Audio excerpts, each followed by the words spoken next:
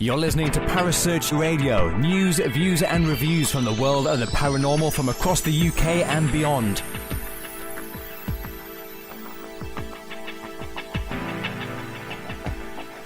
Find us on Facebook, Twitter and the World Wide Web. Parasearch UK Radio.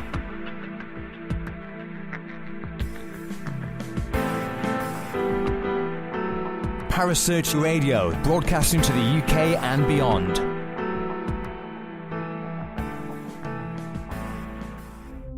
The views and opinions expressed by presenters and guests are their own and do not necessarily reflect the official policy or position of Parasearch Radio or its affiliates and sponsors.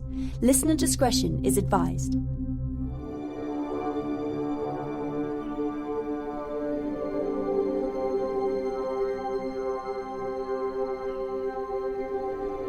You're listening to Kerry Greenaway and Mark Manley on the Dark Mirror Paranormal Show, only on Parasearch Radio.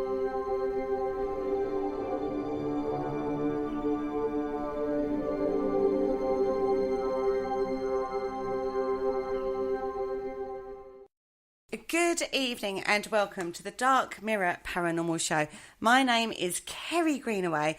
And on a Friday, I'm normally joined by Mr. Mark Manley and Kaz Rooney, but they've deserted me tonight. I've got Kaz Rooney out on an investigation. She's at the Guildhall with North Notts Paranormal Team.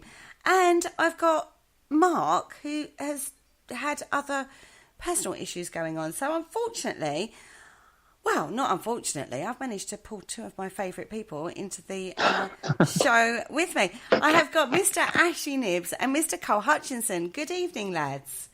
Hiya. Yeah, good evening. Thank you so much for coming on at the last minute. I do really appreciate it. And we're talking tech versus energy in the paranormal field. So, as you all know out there, I'm a little spiritual baby. Carl, as we know, is amazing with tech. And Ashley likes to sort of show, he likes to show more of a tech side and data. But he has actually got quite a spiritual side too. So he's quite a good one for sitting on that proverbial fence that we talk about. I've been plonked on the fence tonight, haven't I? You have been plonked on the fence tonight. So, okay, so talking investigation-wise, this is, what do we think? See, when I work in the field, as you guys know, I work purely spiritually. I don't really do the tech thing. I know about the tech, obviously, but I don't really fiddle with it unless I'm being told to by somebody. But generally, I'll work completely spiritually. Carl, you work tech-wise, don't you? That's correct, yeah. So what do you think? Do you think it's all tech, or do you think you should have a bit of both? Well, I'm sort of probably out in this field a little bit away from... There's probably a few of us out there. There's probably more than a few, but there's quite a lot of us out there. When it comes to tech, because I'm not a medium, because I'm not a sensitive, I can't... Over the years, I've probably become more attuned with environments. But what I do with equipment is I normally turn up at wherever I'm investigating, look at the venue, go through the venue, and then sit back with, depending on how long I've got before an investigation, and then work out what equipment I have in my bag of tricks to what I can use to see what I can produce. Mm-hmm. Which is a little bit, it's a bit arse. It can be, some investigations it can be, right, you've got 5 minutes, we're going into an investigation, or it can be I've turned up 2 or 3 hours and I've got enough time to have a wander around, look at camera angles, look at the venues, have a little bit of a research, not a research, but hear about witness statements to see what happens in certain areas. And then what I will do is look at my equipment, whether it's auditory, whether it's physical, whether it's EVP, whether it's this, that, and the other, and then choose the equipment I would use and then place those or use those in experiment ways in those particular areas of where we're investigating. Mm-hmm. Ashley? I kind of, oddly, do exactly the same thing. I think the only thing might use differently. I think a lot of people use CCTV things to try and capture evidence, but I kind of use them to document time frame about movement around the premises more, because I think it's more useful in that fact. Absolutely.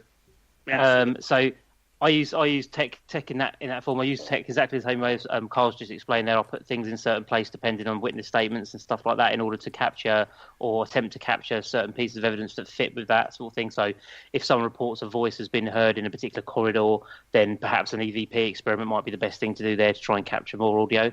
But the other thing that I also do, which is probably why I've been plonked on the fence, is I kind of utilise. I have to be careful how I say this because I don't want to sound unfair or wrong about this, but I kind of utilise mediums or spiritual side of things as well in order to input into that as well.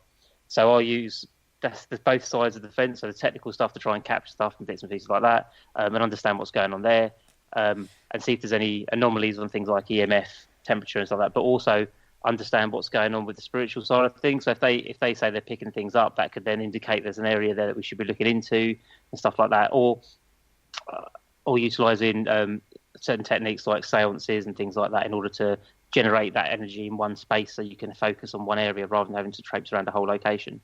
It does depend on the size of the location, though, in regards to it, doesn't it? If you've got a massive location, you kind of do veer more to the spiritual or experience side so you can place your tech in the right places. Because if you go to somewhere like, MJ Dickinson is out at Margrange Castle, isn't she? That's huge. You can't CCTV the hell out of that place.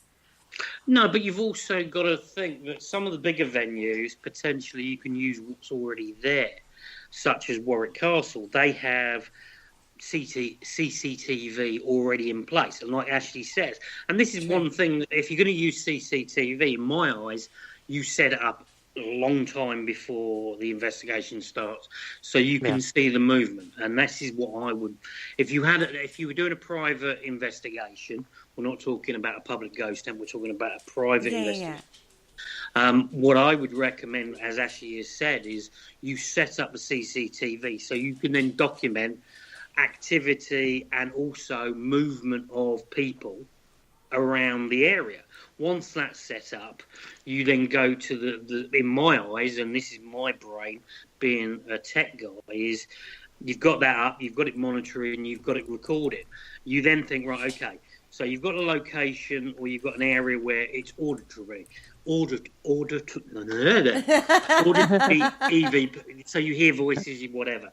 So you would then place some digital recorders or some sort of device that will basically pick that up. Or if there's movement or there's, you would set up some like motion sensors or trigger objects or whatever you want to do. So when it comes to the equipment side, you have to do the basics first, which is cover everything that you possibly can, and then look at the areas. But you've also got to remember, on a big location, you could be a long way away from what we call the hub area where you would keep your equipment. So you would have to, as a tech guy, make sure you've got the equipment around. So as you're going around the location, you can sort of place it and move it and keep going around. And then if somebody says, right, okay, I've heard this, you can then work on the fly and bring other equipment into it.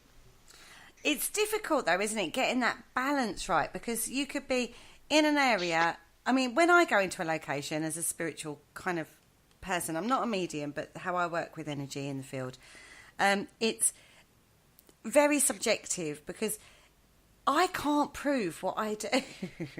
I can't go, here, feel my hands, and then you'll get a temperature reading or an EMF kind of reading, or, I go, oh, look, there's a spirit over there. And you go, oh, yeah, I'm getting a hit on whatever tech it is. It's so subjective in regards to a spiritual factor. But what we're actually trying to do is bring those two fields closer together, isn't it? But this is the thing that I like to do is when you're working with, say, somebody who's a medium or somebody that is spiritually connected like yourself, you want to basically, if you say, oh, I'm feeling cold, you want something that will be physically be able to show that the temperature's dropped. Tangible. So you look at that. So correlation between two. Like a millimeter with an ambient temperature on you. So when you're with that person, it's like, oh, I'm feeling cold. You can then check out the area. But also to make sure what you need to do is also do your baseline or your walk around, as they call it, and make sure you say, right, okay, if you're in say, like MJ tonight is at Margam Castle, there's a few of the rooms at Margam Castle which have drafts. So you need to be able to document. So if somebody's feeling cold, you can then rule that out. Yeah. If you're in a room that doesn't have any drafts and is quite contained, where there's not going to be any drafts, there's not going to be any cold drafts or heat drafts, so you can then document it. So have the equipment with you to document what the spiritual or medium side is picking up on. That's sometimes very difficult, though. Yep. To marry the two in exactly that way. Ashley? That's the you sort of like touched on the holy grail of investigation there, like Carl, which is the documentation part. It's all unfortunately the evidence doesn't necessarily come from a picture or a photograph or a video. It's going to come from that documentation that shows the correlation, as you mentioned, between the tech stuff and the medium sort of thing that's going on, or an event that's occurred, and all that. So you have to have that, like you said, you have to have that kind of crossover, and it's that documentation that shows that when things changed, when things change back again, so you can figure out what happened and when. And I think that's the bit that's missed often as well, to be fair. Absolutely, and also you've got to be able to think when you're thinking on the fly that, how can I recreate this in, say, another area of the location? Or exactly, yeah. Can I recreate this? Because you then look at, you've got, what I usually do is I usually take data loggers with me, which I place in rooms, which will just give me the temperature, the moisture, the humidity, all those sort of things. And it will, every 5 or 10 minutes, it will go right, bang. And then these will run throughout the night, and when you load it in, you can then say, look at your footage that you've got, or when activity has happened, or when witnesses have experienced something, and you can see if there's any drop in the environmentals. Because if you look at the environmentals, you can then think, right, okay, so if there's a drop in this, there's a drop in that, or there's a rise in that, maybe I can recreate this by using the same equipment in another location. Whether you bring in an atmosphere, where you bring in, say, you want to boost the EMF, or you want to boost the heat, or whatever. So you basically, what I do as an equipment guy is I look at it, think about it, put the equipment out there, let's see how it's reacting. Yes, you can see on the TV shows where they bring out the REM pod or the trigger object or the thermal imaging camera. One hit on any bit of equipment's great, but you want to be able to back that up with other equipment to produce. So if you're getting a hit on an EVP, or you're getting something strange on a camera, you want to be able to think, right, okay, I've got this on, say, the Mel, or I've got this on the REM pod. So you're then bringing it all together, and then you're producing a picture, as I describe it. Mm-hmm. No, that's exactly how I describe it too. I would too. Even as a spiritual baby, I would love to see that correlation between what I am sensing or experiencing and tech. I would love to see that. How often do we get that in the field? There's a question, isn't it? I'm going to actually go first on that. In the 10 plus years of overnight investigation kind of things, I think I've seen that correlation occur probably with one device and a medium or sensitive or something like that, probably a couple of times, 3 times tops, maybe not even that. Maybe it's very odd to pick out, and if it does happen, sometimes you miss it because you're looking in the wrong place. Because remember, you're not always looking in the right place at the right time and all that kind of. There's a lot of variables that play into this. I mean, I don't know, you, Carl, you've been out there doing it a lot more than I, so you might have picked up a few more of you. To be truthfully honest, over the Yeah, 20 odd years or whatever I've been doing. I can probably count on both hands once where things have happened.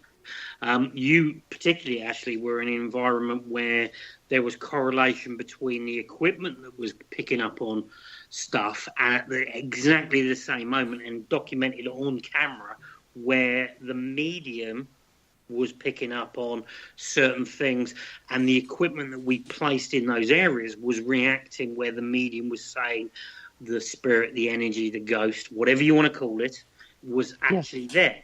So we documented that. So that's great. That's like the way, hey, that we are like wetting ourselves like big time. But we literally did. I wouldn't discount any report of activity. It's down to the witness statement. It's down to what happened, because potentially you could be concentrating on the left-hand side of the room where you've heard the reports that something happens, when the spirit has gone, sod you guys, I'm going to stand at the other side and tap on the window or do whatever. So you then shift your viewpoint over there, and then they'll walk across and the other equipment that you concentrate. So it's a juggling act in my eyes with equipment. Spiritual wise, I wish I could have that gleam of knowing whether or where or how or medium, so whatever you want to say, spiritual, medium, or whatever, where these guys are all the time, because then you could go, right, okay, you could then follow them. And that's where the medium side of it, I try, when I go on investigations or when I do stuff, I try not to listen to a medium before I go into something. So I'll try and keep myself away from a medium or a spiritual, because the worst thing about it is you're standing in a location and the medium has already told you, oh yeah, there's a bloke that walks through the door, he bangs the door, and then he's really unhappy that anybody's in here, and then walks out. So what I'm going to do is go, oh great, throw everything at that area. Yes. Instead of going, I'll tell you what, he could walk this way, he could walk that way. So there is that aspect of equipment versus medium, which is a very, very tight line to walk. Incredibly tight line to walk. And we've had this recently where by the time we got the tech sorted, the energy had dissipated and gone off, and it was like, no, you know what I mean? It was one of those kind of situations, and it's incredibly difficult. Now, I'm not a medium. I've said this many, many times. I work with energy. There's a very different perspective how I work in the field to how a medium would work in the field. So I kind of do the same as you guys, but I'll do what I class as like an energy scan. But I use my... Oh, God. See, this is where I hate using terminology because it's very difficult to explain. My sensitivity to feel the energy within the location. So that could change each time I go back to the location, and could change throughout the evening. So we talk about baseline tests. We go in, we do a baseline test, right? We need to be doing that at regular intervals on a tech level and a spiritual level throughout the evening. Yep. Do we agree? I agree with that. I agree with it. You've got to be on both fronts. You've got to be taking regular readings and regular things that potentially could back up what's going on for the whole evening. Because at the end of the day, it changes, doesn't it? Yeah, but the worst thing you can possibly do, Kerry, and I don't know whether Ashley agree with this, he probably will do, but there's nothing worse than being sat there in front of a screen looking at the different changes without physically being in that area. And that's the problem that you've got with investigations, is unless it's a very small location where you're in it and you're experiencing it, some of the bigger locations, such as where MJ is, Marvin Castle, it's huge. Absolutely enormous. Yeah, it's huge. And if there's somebody sitting in front of a screen going and all that sort of stuff, they're not out there experiencing it. So there's that, as we say, that tightrope you have to walk between equipment and spiritual and investigating, which is the third element of the conversation we're having. It is incredibly difficult. Ashley? I was just thinking that I think it come up there a few times from both of you is the word experience, which is an element that kind of plays into this in a different factor, isn't it? Because we all go out overnight to these investigations to try and gain information and understand what they're about, but at the same time we're experiencing it at the same time. So we're almost as much of a gadget or a piece of tech than anything else. So between the two elements, although you've got a piece of tech in your hand, you're also gauging your own intuition, if you like. That's a word to say. That's how I'm sitting on the fence tonight as well. Yeah. So you're using your own intuition, and Carl, you already alluded to that from the information you've got and understanding. You'll put your tech in certain places because of how you understand and how you've judged the situation due to the information you've got. And Kerry, you'll use your intuition and your understanding of the situation in order to move around the location and connect with spirit or energy, because you work with energy. Yeah, I remember that. And I do exactly the same thing. I used to call it a hunch or a gut feeling or anything like that. But I think as an investigator, I think you have to do that, and I think every investigator does that in some shape or form. Has a bit of a hunch and says, "Do you know what? Tonight I'm going to put this recorder here and I'm going to leave it there all night just to see." Absolutely. And those are the moments where you leave a bit of equipment, or you leave a trigger-acting camera and you pick something up. I can think of a prime example. We investigated a venue that Ashley's been to, the Explosion Museum. Oh, I love that. I love that location. And we did that. We arrived plenty of time before there was only 4 of us there, so it was a very small investigation. This place is huge. And we did a little bit of a walk around. I was like, okay, because I'd been there a couple of times before, I knew roughly. And one of the hot spots was the main corridor between the cafeteria and the rest of the main area between the Grand Magazine, etc. Is that where all the people are? Sorry? Is that where all the statues are in that corridor? Yeah, the ones that are pushing things and all that sort of stuff, which are freaky when you're walking through at night without a torch. But yes. That's for a different show. Scared of mannequins or statues. Oh, they are scary. Yeah, they are scary. I'm a freak when I bump into a mannequin, or then when I haven't got my torch. I think we all do. They are freaky in the night. Yeah. They're freaky in the day. But there was reports that we'd sort of picked up on, and we situated a static camera at the end of a corridor. So basically, if there was any movement, it would take a series of clips, video, photos. So we positioned that. We went on and did our stuff. And at the same time, me and one of the other investigators, MJ, went one way. The other 2 guys went another way. So we were going in completely opposite direction because of the size of the location. They ended up in the Grand Magazine, which was at the end of this corridor, which was out of sight of the ending. So nothing was going to move it unless you walked in front of the door.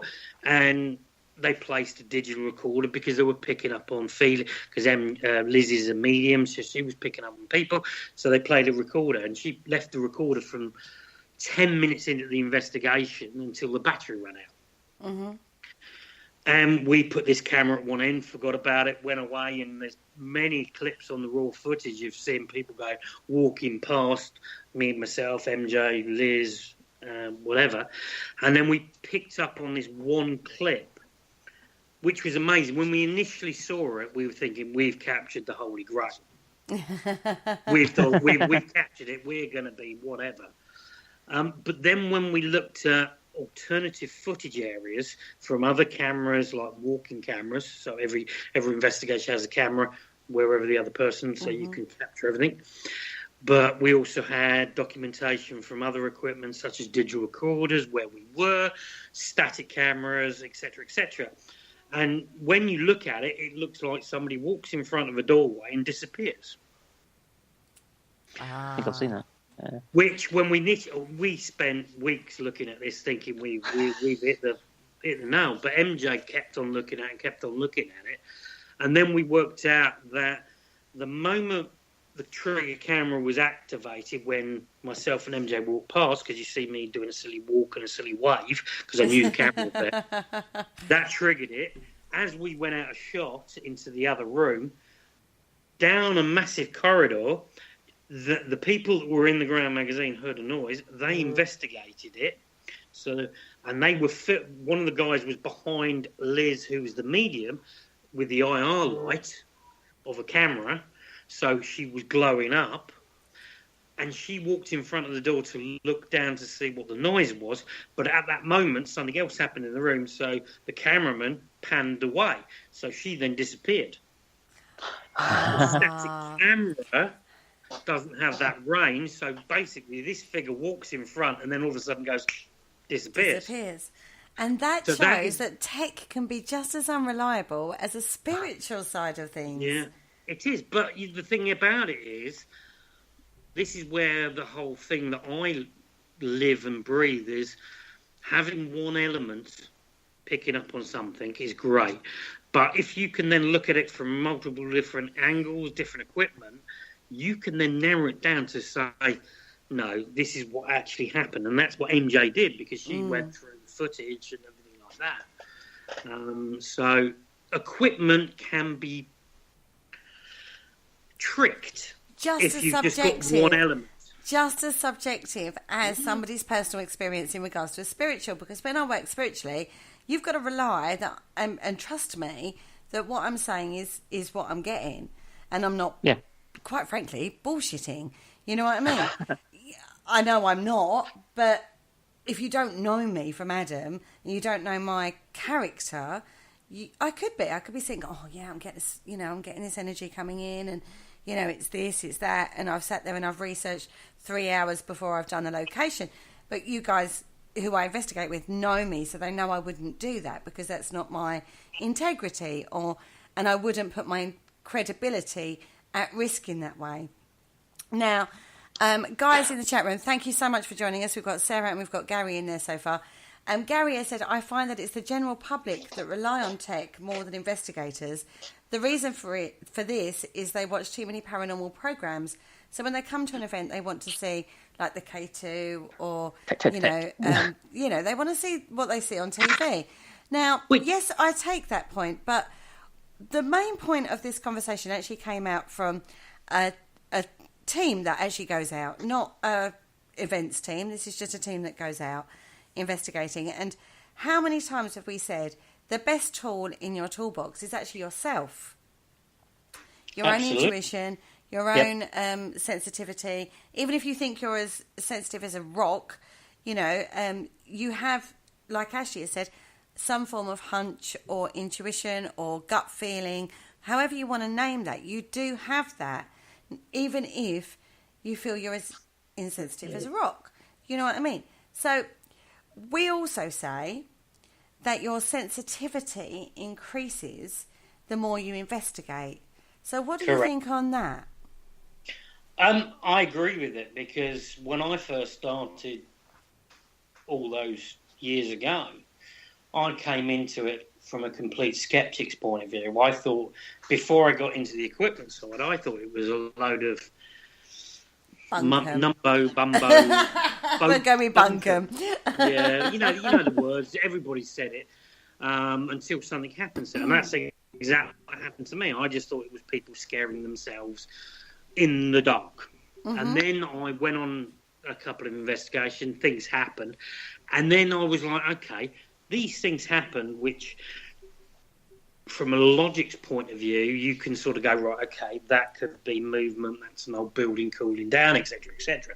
So I'm thinking, right, I can't see these things, I can't hear these things, so is there some way of me documenting this? And that's why I got into the equipment side of it. But I would also like to say, where the point you just raised a few moments ago, Kerry, is, and Gary mentioned it in the chat room, is the general public. Yes. There are two elements of this field. Yes. There's public ghost hunts. Yes. Where you pay your money, you turn up, you get an experience, or you do what you want to do. So that goes, in my eyes, that goes to the left. And then there's investigation, where you will basically, small numbers, go there and investigate. Mm-hmm. That will go to the right. But the problem is you have a crossover. And that is the crossover on social media, all over the web or whatever, where people will start jumping up and down about public events, private events, TV shows, and yes, I would agree with Gary's comments in the chat room, is people watch TV. Mm-hmm. They've never experienced it, so they'll see a K2, they'll see a millimeter, they'll see a REM pod and think, I need to get that, but they won't understand what this bit of equipment does. And this is what I try and talk about equipment is learn your equipment, know the false positives. So, for instance, a REM pod, if you move it, it won't go. But if you've got a mobile phone or a walkie-talkie, which public teams do because of health and safety will use it, it will set off a REM pod. Or your mobile phone will set off a REM pod. So there's false positives to all the equipment that you can see on the TV, that you can personally buy, but learn those false positives so you can then exclude that out of evidence, whatever. Same thing about cameras on mobile phones. And me and Ashley, we've had a discussion about this. I am totally against anything that happens that is documented on a mobile phone on an investigation. Doesn't matter whether you've got the latest iPhone, latest Samsung, blah, blah, blah, blah. Because they all have drawbacks. Yes. Biggest thing with an iPhone is you take a picture, you see it on the screen, you think you've taken a picture, but it has a split second before that picture is taken. So you will then see that picture and see a movement. Because you've taken it, you've moved your camera slightly, but it's then split second taking the photo, so it's got a slight bit of distortion, which you think, oh, I've captured a ghost. Yeah. No, you haven't captured a ghost. You have got a split second movement. So learn your equipment. But on the other hand is, on the medium and spiritual side is, try and go like that. Try and amalgamate them and try and work with them. Learn your equipment, learn your false positives, and then learn what you're picking up. And use the equipment accordingly to where you are, which is the biggest thing. I'm going to shut now. No, I do totally agree with you. I think that's one of the biggest things that people need to do is really learn their tech. What does it do? What is it recording? What effect is it having? The environment is actually recording the environment, not anything from a spiritual perspective. God, I nearly said that wrong. It's difficult, isn't it? Because we're trying to marry the two fields together, and it depends on your perspective of either field as to what you're getting. So when you are just a team, and we're not talking about publics, we're talking about just a team going into a location to do an investigation. We say your body is the best tool, but we want to use the tech to see if we can back up what that is. You know what I mean? Yep. So it is a crossover. It is trying to get that crossover. And this brings in the importance of collecting data. And hello. Ashley loves a bit of data, don't you, Ashley? I live, breathe data. It does bring. I mean, a personal experience is fantastic, as we all know. I mean, when you get it, it's like you'll talk about it. Right? It's your personal ghost story from there on. So it's fantastic to have that personal experience. However, it's a personal experience, which means that as much as you want to share it and all that kind of stuff, it's not evidence per se. And also, because we're human and our memories don't hold data in the same way as a computer might in zeros and ones, that memory can change. and Very true. And basically, and because of that, sometimes we get information and we have a memory of an experience, a paranormal experience, and that will then maybe come back a little bit different. The first time I experienced this is when we caught on video the movement of an object in Peterborough Museum. Mm-hmm. Now, when you say you caught a movement of an object in a Peterborough Museum, it makes it sound as if it's going to be something extravagant and amazing. And when we came downstairs from the capturing that, it was the size of the fish kind of scenario. It moved this much, but in reality, when we looked at the video, it only moved probably a couple of inches. Yet when we came down that night and talked about it straight after it occurred, it moved feet. So it's that understanding and that excitement in the moment and stuff like that can change the premise of what you've experienced personally, which is where the data comes in. Because the data will show you what actually happened. And that's why in recording the environment on a regular basis, doing baseline readings as they call them. I mean, I don't think people call them, temperature, EMF, and all that kind of stuff, and anything else that you can read, magnetic field, anything you can think of that fits into the environment you're in that may have something to do or a correlation with the paranormal activity that's there. If it can be recorded, then you can record it on a regular basis. Do it. Because if that changes, then you can show a change there, relate that to video, relate that to audio, relate that to a personal experience, and then you've got the correlation that goes across all the different elements, and then you're building a bigger picture, and then that can be used to say, what the hell is going on here? And then you can start looking into that in a more deeper fashion, because you'll have all that information built around it in order to say, all right, this happened at this point. Say, let's say the magnetic field changes when this experience occurred. Then you can say, well, maybe it's something to do with the magnetic field. You could look at what's changing the magnetic field, and then I know Carl would jump straight in and go, right, let's look at what might cause the magnetic field to change that's in the location. Is there some kind of big generator or something doing that first? So we go through the debunking fashion, which is where I came into the ghost hunting sort of situation. And once you've gone through all that, whatever's left over that you can't explain means that you've got something unexplained, and you've got some data to back it up as well, which is what Absolutely. I think data... Like as Ashley just said, is one of the things which I sort of did in the practical field was there was a certain location where the reported activity was it was a pub. The reported activity was in the back room on a certain table. Mm-hmm. People would sit at the table, they would experience things, they would then see things, they would hear things, etc., etc. Went into the location, doing my usual walk around, and then realising that where this table was positioned was right next to the bar. Right behind the bar was a conduit for electricity going into the bar to light up the fridges, the blah-de-blah, the lights and the audio. So there was a high EMF reading off that.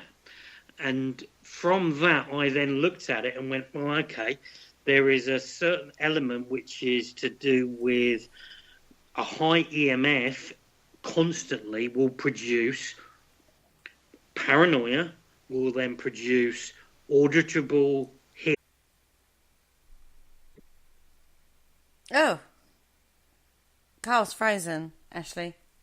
I him into it, and they're saying, well, hang on, there's something else, because there's something over in the corner. So we would then look at that, but you've got to look at that location, because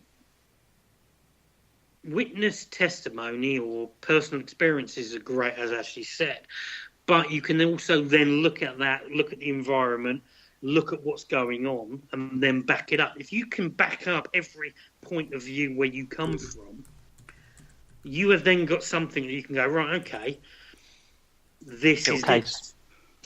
And that's how tech, medium, spiritual, I think, personally, locks. Yes, I'm a complete gadget geek. I like flashy lights. I like this, that, and the other. But also, when I'm on an investigation, I'm looking around at the physical reaction to people that are there. That's the other thing, isn't it? Now, we've got Yosei in the chat room as well. He said, I don't use technology except a digital camera and a digital recorder.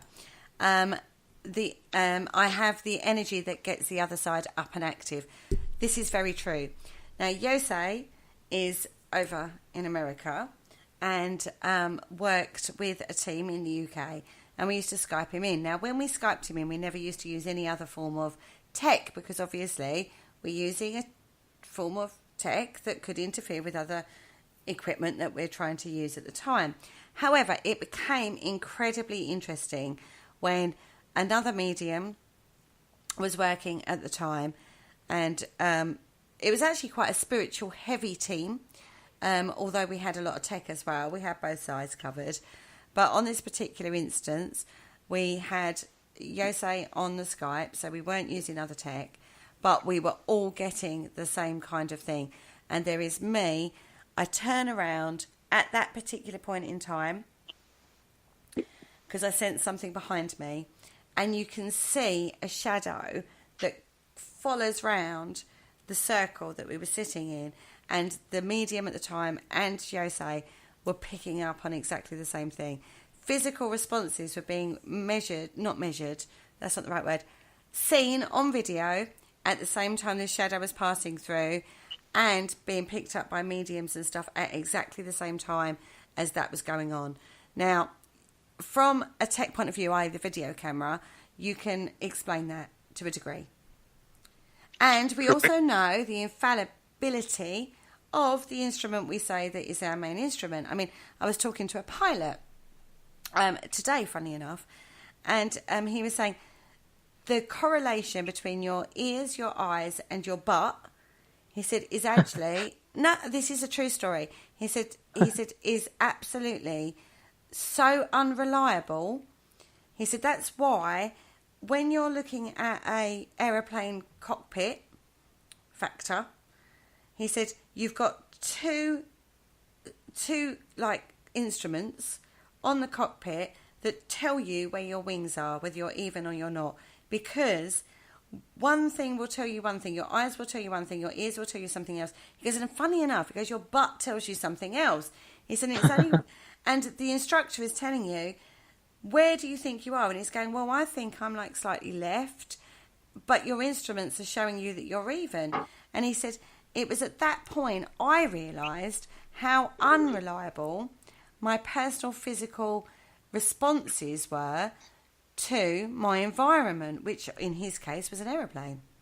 Which I agree with, because the body's great. It reacts to cold, it reacts to heat, it reacts to this, that, and the other.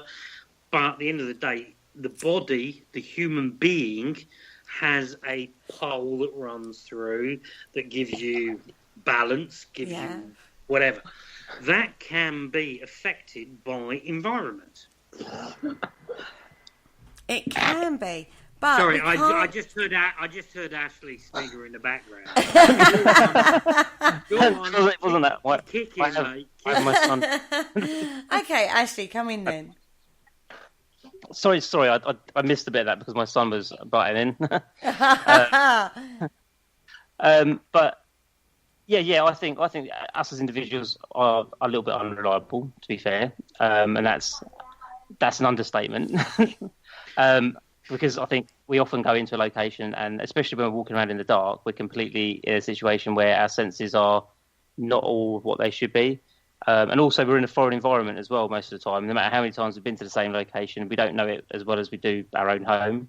So when there's certain noises and certain things going on, we can jump to conclusions and stuff like that. So the correlation between the eyes and the ears and the butt, was it? No, it's true. Yeah. Is a good point, yeah, and pilots are probably a good one, to be fair, because they think they're level in the sky and they're not, and things like that, and they have instruments. Yeah, but you can take from a pilot's point of view, and an experiment which I've seen happen on numerous nights out on public events or private events is this whole thing about close your eyes and then tell me what you're feeling. True. Similar to, well, I don't want to use it because I know I'm going to get shot down in but I'm going to because... Go for it. Go on, go with it. This whole thing of people on investigations, public, private or whatever, that use the human pendulum. Ah, okay. So we're talking about events Actually, now. Yeah, not I was going to say, it's not... I have witnessed this happen on private investigation and public investigation. I'm not. Okay. This is my own personal view on this. I personally think that human pendulum, where you get somebody, you tell them to stand somewhere, you tell them to close their eyes, then you say, "How's your body reacting? Give me a yes," and they'll move. Because they're standing in the same spot for 5 minutes or whatever, or they're doing something else, and they'll move one way, and then you go, right, give me a no, and they'll do something else, and then you ask questions to it. Right, I've actually got. I'm sorry. I've got a double-edged sword on this because I'm on so do I. Yeah, I have a double-edged sword on this too. Right, now, I can't get my head around the human pendulum. I'm sorry. Where you surround it with people. You stand you get somebody to stand it and say, "We'll hold you if you fall. Please move freely."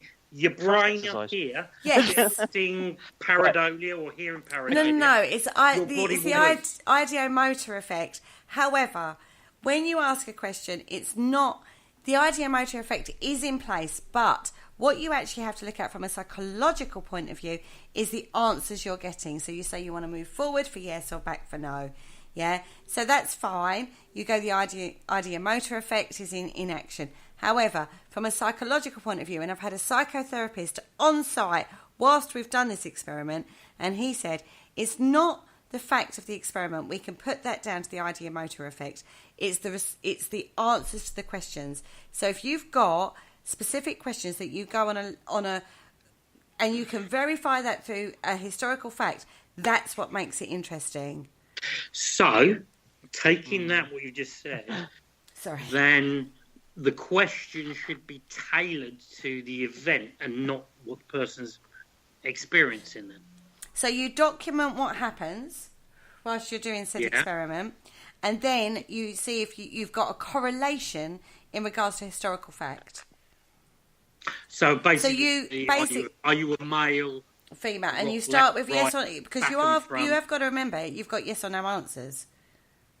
It becomes a little subjective. So basically, the person that asks the questions cannot know the history, because if they know the history, they can then do the witness guiding thing and actually ask questions which kind of like guide or leading questions. You don't want leading questions in this. Hold on 1 second. I've got Gary Bradford in the chat room going, when I get people to do... Sorry, Ashley. Okay, let's just deal with that. Go on, you deal with that one and I'll talk about that in a minute. Can I just, before Ashley comes in, I will just say one thing. Go on, one thing. A human pendulum, in my eyes, is as much a bit like, to be truthfully honest, from an outsider's point of view that doesn't understand human motion, doesn't understand mediumship, doesn't understand equipment, they'll look at it and take it on face value. True. And that is the key that I'm trying to explain is, yes, you could get fucking... Oh, sorry, I just swore. I do apologise. That's okay. No, it's okay. It's marked as explicit. It's fine. I'm going to slap myself. But you get to a point Hand in the swear box. you get to a point where you have yes or no answers that you can then look at those responses and then your mind will say, well, yeah, they're sort of giving you and they're going to go that way. It's a bit like what Darren Brown does on TV, where he will say certain things and the people will react in a certain way. So that's where I'm coming from this point of view about the human pendulum. And I knew I'd get shot down in flames on this because I know what people do. But that is my own personal view on it. Ashley. Firstly, one of the things that Kerry said when she was speaking a short while ago, you mentioned about they cannot know the information. That is a paradoxical situation. You cannot prove that someone doesn't know something. So it's impossible to know whether someone does know something or doesn't know something when you're on an investigation. So understanding that factor means that we can never get to that point. However, and I'm not a fan of the human pendulum in an investigation environment because I think there's other things we've done. However, in an event, when you're trying to raise energy or get people in the right frame of mind and get them involved and all that kind of stuff, it really does work really well. And people do get in the right frame of mind. But they're looking for an experience, remember, not data. So it's a different set of facts. So I'm sitting on the fence today, remember? You must be getting splinters up your lips. My arse is hurting. Because I'm sorry, you just basically just said a contradiction of what I know what you say. You experience something which you believe that's correct. The pendulum, right? You can't. I don't think, in my experience and how I work, I would not use a human pendulum in an investigation. Yeah, for the simple fact but use it in a private investigation. No, not a private investigation. Sorry, an event. Why? An event because Why? When you've got more people, when you're trying to raise the spirits and you're trying to get them involved in a situation, you're actually it's an enjoyable event. It's not so much an investigation. You're not going to get data and prove something. You're going to experience something. Psychosomatic, isn't it? Of course it is. Yeah, you put people in a circle and it's been a social. Not necessarily. I've been that team leader that has been in a situation at many different locations where we've done the human pendulum, and it does raise spirits, and people get in that mindset that they're connected and picking up things. I'm standing there knowing that it's probably just idiomatic stuff, and it's probably just them standing in a dark room and swaying a little bit because they've been stood there for 15 minutes. So I'm not a fan, sorry, but That's there okay. are times when it does work. When it does work for When you say it does work, does that mean that you're saying out of the 10 questions you ask, you probably get 5 hits that potentially could lead to something that you've already documented? I don't think you can ever leave to anything that's been documented, because I don't think it's substantiated. But you said I it think worked. Your words work. Energy. In a certain environment, it works. No, I see. Yes, guys. In order to keep connected and moving on into the moment. Oh, that's a little argument, doesn't it? If your words say it works, so that means you have got answers that you can basically document. Responses that say yay or nay to whether you're male. Oh yeah, but you'll prove that those answers are inconsequential to an investigation sort of piece, because they're not enough information to prove anything either for or against what you're looking for. Okay. As we said earlier, you've got to split those two. From an investigation to a public ghost hunt. A public ghost hunt, yes. So but when you're a public what you ghost said earlier, hunt, basically you're paying your money, you're taking your luck, you're going for an event. We can put a human pendulum in the box on the left. Exactly, over there or over there. If anybody saw us on Skype, they'd understand that I'm doing tic-tac-toe and pointing my hands out in various different directions. Okay. Okay, sorry. Chuck another one into the mix then, Kerry, and we'll see which box we can put that one in. What's Gary got to say first, though? Okay, Gary said, when I get to do automatic drawing, they are amazed at what is written or drawn.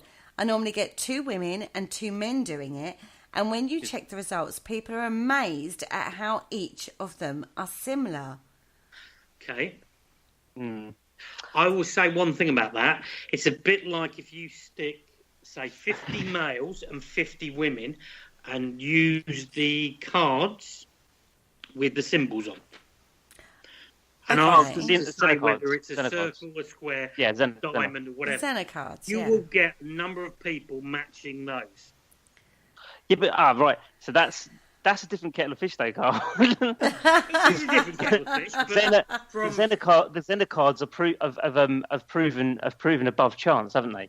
In various studies through the Rhine Research Society.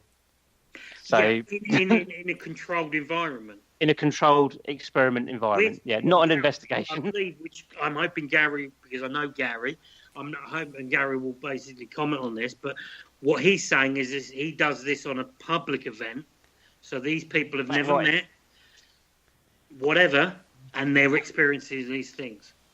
So, hang on. So, just to clarify this then, because I want to make sure I get this right. So, Gary's doing automatic writing on these events, and 2 people, male and female, picking up the same, writing the same things, the same words.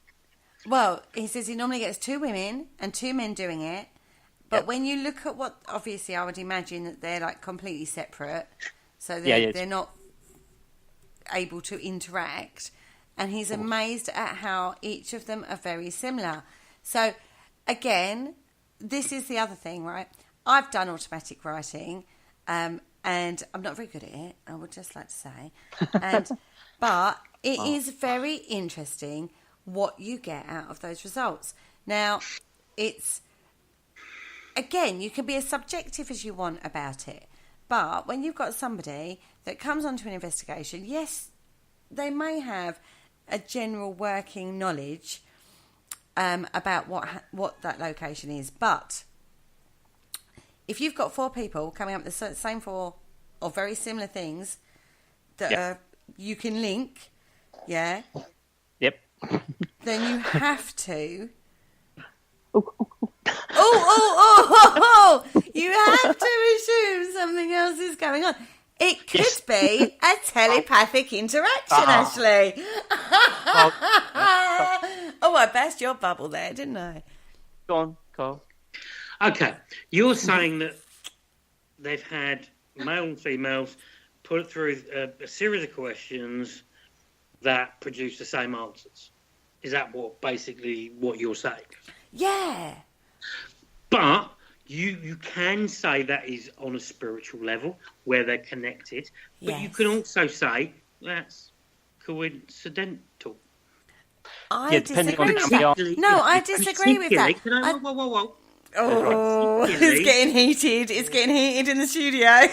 Particularly if they are yes or no answers. Not with automatic writing, it's not. Yeah, but, okay, unless you're we don't know the asking a circumstances in question. particular. So basically what you're saying is these people will sit in complete silence, headphones blanked, and asked to write. And then they produce something that it matches the other person.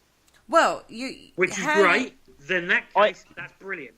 But if somebody's sitting them there and asking a question, can you draw a certain symbol or can you give this or whatever, then you've got an interaction with somebody in subliminal minds where potentially they can draw the same symbol. Then that is not...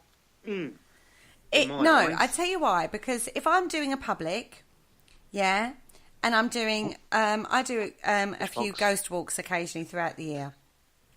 And when we're outside, when you're doing an outside location or even an inside location... If I'm obviously, when I'm a host, I work very spiritual. I only work spiritually because that's how I work. I want to give them an experience. So I will use automatic writing. I will use scrying. I will use pendulum work. I will use the human pendulum. Now, I will explain each concept. I know you're wincing, but I will explain each concept from a psychological perspective to the team. This is what we're going to do. This is the psychological perspective, okay, of this. Now, we're going to try it regardless. The impact of that is just as big an impact as what they've experienced from the tech point of view in regards to what they've seen. It is, Carl. Trust me, you need to come on one of my investigations. Okay. The only reason I'm saying no to that is one fundamental point of it. Oh. Sorry, my phone just started to ping off, so obviously... We've only got loads of people privately messaging us going, what the hell? But yeah, okay, so you go into somewhere, whether you're on a public event, you've paid your money, you're going on there, you're getting an experience of what happens, you're getting a small glimpse of an event. Yeah, whether that's spiritual somebody or tech. In charge will stand in front of you and say, this is what we're going to do. Yes. This is what we're going to do. So basically, stand there, hold hands, or close your eyes, think of something, blah, blah, blah, blah. Okay, that's great, because they were going to experience something, which is great. They've paid the money and they're enjoying it. I'm not saying that's not paranormal or linked to spirit or whatever. I'm not saying that is this, that, and the other. But what I'm trying to say is, if you are on a public event and somebody stands in front of you and says, right, this is what we want you to do, this is what you might experience, this is what I'm trying to say.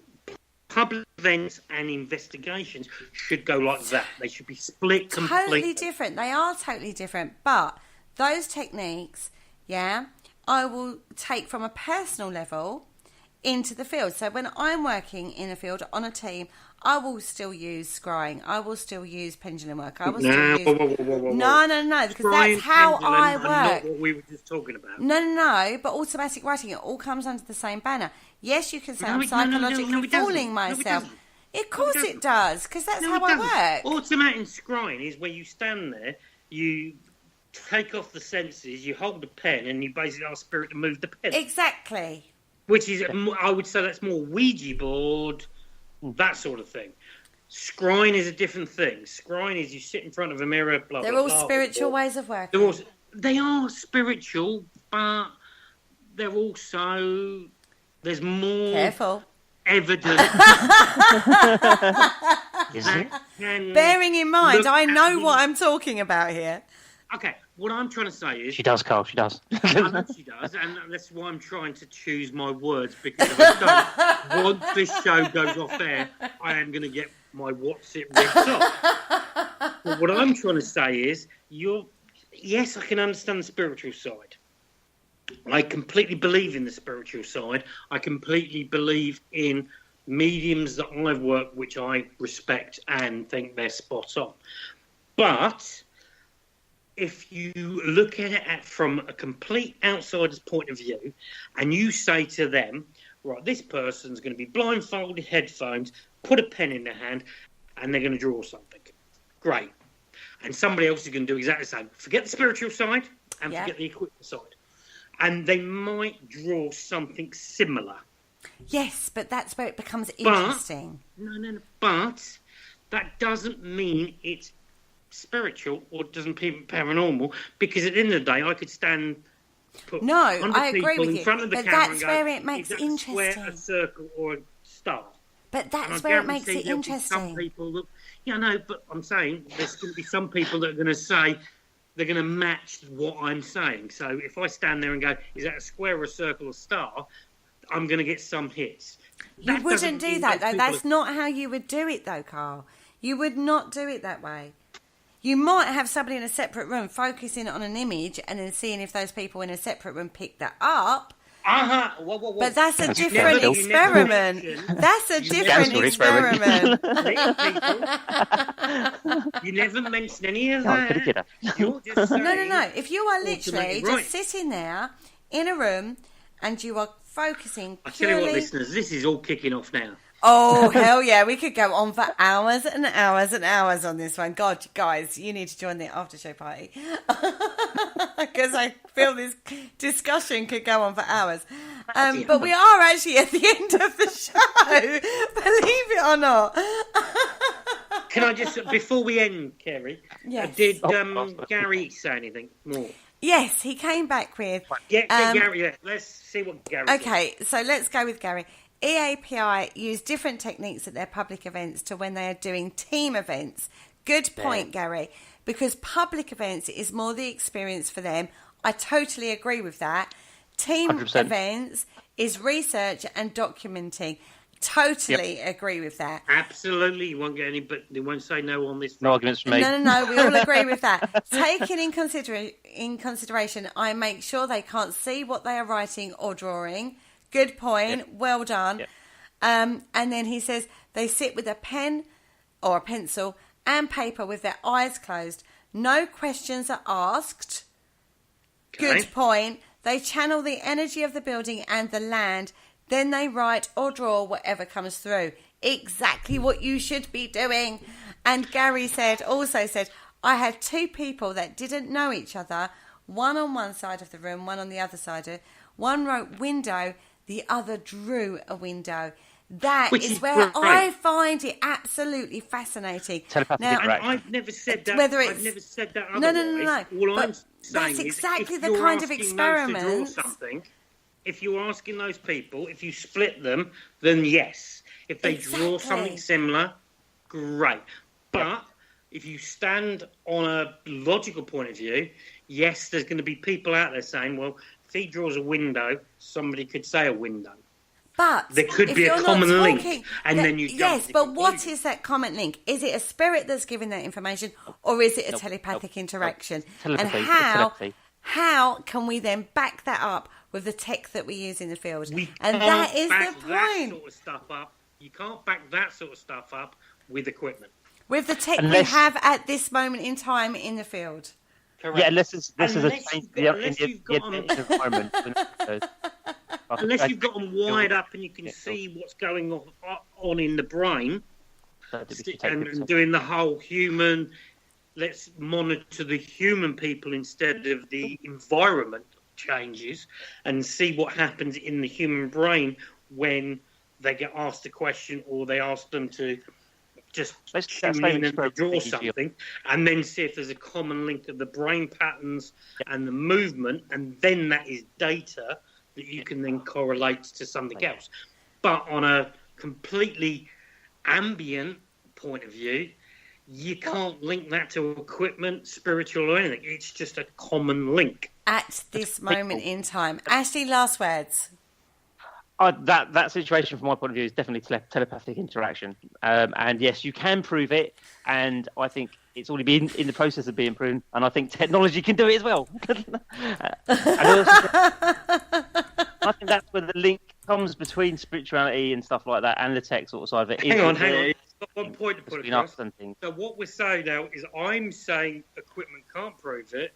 Yep, you can disagree. Equipment can prove it. So I think we can prove it, yeah. Over from an I think that situation proves what the hell. Oh my God, I am going to disappear. I've just said equipment can't prove it.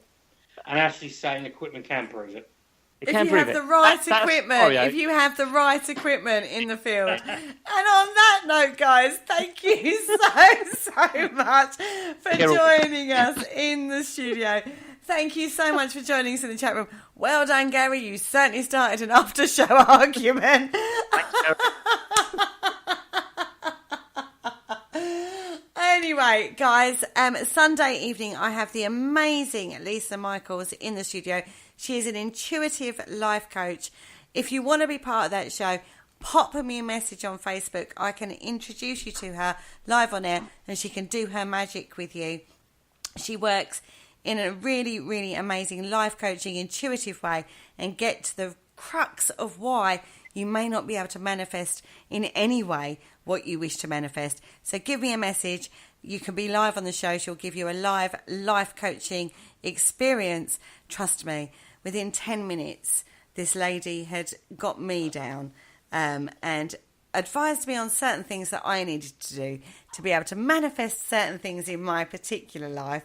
And she did really well, is all I can say on that one. Anyway, on that note, thank you so much for joining me, lads. Oh, my goodness, we've run over. On that note, thank you, Carl. Thank you, Ashley. Fascinating topic. Gary. We could talk about this for hours and hours, which I'm sure probably will. I'm sure we will in the after show party. Pop me a message if you want to be part of the after show party. On that note, join me Sunday, 9 p.m. Monday, I'll be going live on the Parasearch Radio group page to give you a rundown of the week's shows coming up. And I will bid you all a very farewell. So say good night, lads. Good night, lads. Good night, lads. Thank you so much for joining us, and we bid you a good night. Thank you for listening. Don't forget to join us for more shows throughout the week. Find us on Facebook, Twitter, and the World Wide Web to keep up to date with all the shows right here on Parasearch Radio.